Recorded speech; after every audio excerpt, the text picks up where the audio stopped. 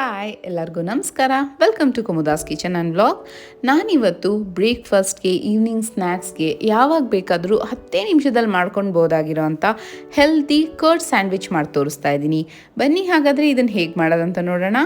First ನಾನೊಂದು ಬೌಲ್ಗೆ ಅರ್ಧ ಕಪ್ಪಷ್ಟು ಗಟ್ಟಿ ಮೊಸರು ಹಾಕೋತಾ ಇದ್ದೀನಿ. ಈಗ ಇದಕ್ಕೆ ಅರ್ಧ ಟೀ ಸ್ಪೂನಷ್ಟು ಪೆಪ್ಪರ್ ಪೌಡರ್ ಹಾಕ್ಕೊಳ್ಳೋಣ. ಹಾಗೂ 2 ಟೇಬಲ್ ಸ್ಪೂನಷ್ಟು ಮಯೋನೇಸ್ ಹಾಕ್ತಾ ಇದ್ದೀನಿ. ಈಗ ಇದನ್ನು ನೀಟಾಗಿ ಮಿಕ್ಸ್ ಮಾಡ್ಕೋಬೇಕು. ಇವಾಗ ಮಿಕ್ಸ್ ಮಾಡಾಗಿದೆ. ಇದಕ್ಕೆ ತರಕಾರಿಗಳು ಹಾಕೋತಾ ಇದ್ದೀನಿ. 1/4 ಕಪ್ಪಷ್ಟು ಎಲೆಕೋಸು, 1 ಕ್ಯಾರೆಟ್ನ ತುರಿದ್ಬಿಟ್ಟು ಹಾಕೋತಾ ಇದ್ದೀನಿ, 1/4 ಕ್ಯಾಪ್ಸಿಕಮ್ ಹಾಕೊತಾ ಇದ್ದೀನಿ, ಹಾಗೂ 1/4 ಕಪ್ಪಷ್ಟು ಸ್ವೀಟ್ ಕಾರ್ನ್ನ ಬೇಯಿಸ್ಬಿಟ್ಟು ಹಾಕೋತಾ ಇದ್ದೀನಿ. ನೋಡಿ, ಹಸಿದಾಗ ಹಾಕೊಂಡ್ರೆ ಮಕ್ಕಳು ತಿನ್ನೋದಿಲ್ಲ. ಅರ್ಧ ಟೀ ಸ್ಪೂನಷ್ಟು ಉಪ್ಪು ಹಾಕೊಳ್ಳೋಣ, ಅಥವಾ ನಿಮ್ಮ ರುಚಿಗೆ ತಕ್ಕ ಹಾಗೆ ಹಾಕೋಬೋದು. ಹಾಕ್ಬಿಟ್ಟು ಈಗ ನೀಟಾಗಿ ಮಿಕ್ಸ್ ಮಾಡೋಣ. ನೀವೇ ಮಿಕ್ಸ್ ಮಾಡಿದ್ಮೇಲೆ ನೋಡಿ, ಬೇಕಾದರೆ ಗಟ್ಟಿಗಿರೋ ಅಂಥ ಫಿಲ್ಲಿಂಗ್ ರೆಡಿ ಆಗಿರುತ್ತೆ.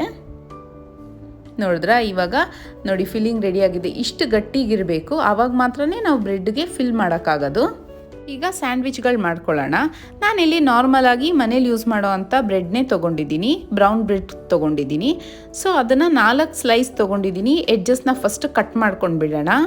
ಈಗ ನಾನು 1 ಸ್ಲೈಸ್ಗೆ ಪುದೀನ ಚಟ್ನಿ ಹಾಕೋತಾ ಇದ್ದೀನಿ. ನೀಟಾಗಿ ಫುಲ್ ಸ್ಲೈಸ್ ಎಲ್ಲ ಆಗೋ ಥರ ಸ್ಪ್ರೆಡ್ ಮಾಡಬೇಕು.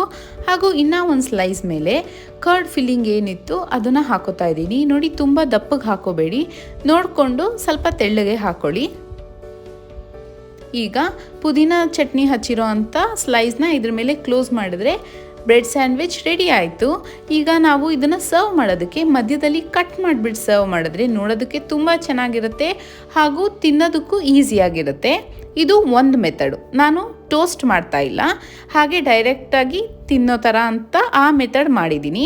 ಈಗ ಇದನ್ನೇ ಟೋಸ್ಟ್ ಮಾಡ್ಕೊಂಡು ತಿಂದರೆ ಹೇಗಿರುತ್ತೆ ಅಂತ ತೋರಿಸ್ತಾ ಇದ್ದೀನಿ. ನಾನಿಲ್ಲಿ ಸ್ಯಾಂಡ್ವಿಚ್ ಟೋಸ್ಟರ್ ಮೇಲೆ ಒಂದು ಸ್ವಲ್ಪ ಬೆಣ್ಣೆ ಹಾಕೋತಾ ಇದ್ದೀನಿ. ಅದರ ಮೇಲೆ ಫಿಲ್ ಮಾಡಿ ಇಟ್ಕೊಂಡಿರೋ ಅಂಥ ಸ್ಯಾಂಡ್ವಿಚ್ನ ಇಟ್ಬಿಟ್ಟು ಅದ್ರ ಮೇಲೆ ಒಂದು ಸ್ವಲ್ಪ ಬೆಣ್ಣೆ ಹಾಕ್ಕೋಬೇಕು. ಇದನ್ನು ನೀವು ಬೇಕಾದರೆ ನಾರ್ಮಲ್ ತವಾ ಮೇಲೂ ಮಾಡ್ಕೋಬೋದು. ಕ್ಲೋಸ್ ಮಾಡ್ತಾ ಇದ್ದೀನಿ. ನೋಡಿ, ಒಂದೊಂದು ಕಡೆನೂ ನೀವು ಅರ್ಧ ನಿಮಿಷ ಆಗುತ್ತೆ. ಸಿಮ್ಮಲ್ಲಿ ಇಟ್ಕೊಂಡು ಬೇಯಿಸಿದ್ರೆ ಅರ್ಧ ನಿಮಿಷ ಆಗುತ್ತೆ. ಇನ್ನೂ ಒಂದು ಕಡೆ ಟರ್ನ್ ಮಾಡಿಬಿಟ್ಟು ಇನ್ನೂ ಅರ್ಧ ನಿಮಿಷ ಬೇಯಿಸಿದ್ರೆ ಸ್ಯಾಂಡ್ವಿಚ್ ರೆಡಿ ಆಗುತ್ತೆ. ಈಗ ಲಿಡ್ ಓಪನ್ ಮಾಡಿ ನೋಡೋಣ. ನೀವೇ ನೋಡ್ಬೋದು. ನೋಡಿ, ಕಲರ್ ಎಷ್ಟು ಚೆನ್ನಾಗಿ ಗೋಲ್ಡನ್ ಕಲರ್ ಬಂದಿದೆ. ಈ ಥರನೇ ಇರಬೇಕು. ಈಗ ಇದನ್ನು ರಿಮೂವ್ ಮಾಡಿಕೊಂಡು ಮಧ್ಯದಲ್ಲಿ ಕಟ್ ಮಾಡಿಬಿಟ್ಟು ಸರ್ವ್ ಮಾಡೋಣ. ಇದನ್ನು ನೀವು ಬೇಕಾದರೆ ಲಂಚ್ ಬಾಕ್ಸ್ಗೂ ಪ್ಯಾಕ್ ಮಾಡ್ಬೋದು, ಈವ್ನಿಂಗ್ ಸ್ನ್ಯಾಕ್ಸ್ ಆಗಿ, ಮಾರ್ನಿಂಗ್ ಅರ್ಜೆಂಟಲ್ಲಿ ಬ್ರೇಕ್ಫಾಸ್ಟ್ ಆಗಿ. ಎಷ್ಟು ಹೆಲ್ದಿಯಾಗಿದೆ, ಎಷ್ಟು ತರಕಾರಿಗಳಿದೆ ನೋಡಿದ್ರಲ್ಲ. ನೀವು ನಿಮ್ಮ ಮನೇಲಿ ಟ್ರೈ ಮಾಡಿ, ನೀವು ಖಂಡಿತ ಇಷ್ಟಪಡ್ತೀರಾ. ನನ್ನ ವಿಡಿಯೋ ನಿಮ್ಗೆ ಇಷ್ಟ ಆಗಿದ್ರೆ ಲೈಕ್ ಮಾಡಿ, ಶೇರ್ ಮಾಡಿ, ಕಮೆಂಟ್ ಮಾಡಿ, ಹಾಗೂ ನನ್ನ ಚಾನಲ್ಗೆ ಸಬ್ಸ್ಕ್ರೈಬ್ ಮಾಡಿ. Thank you.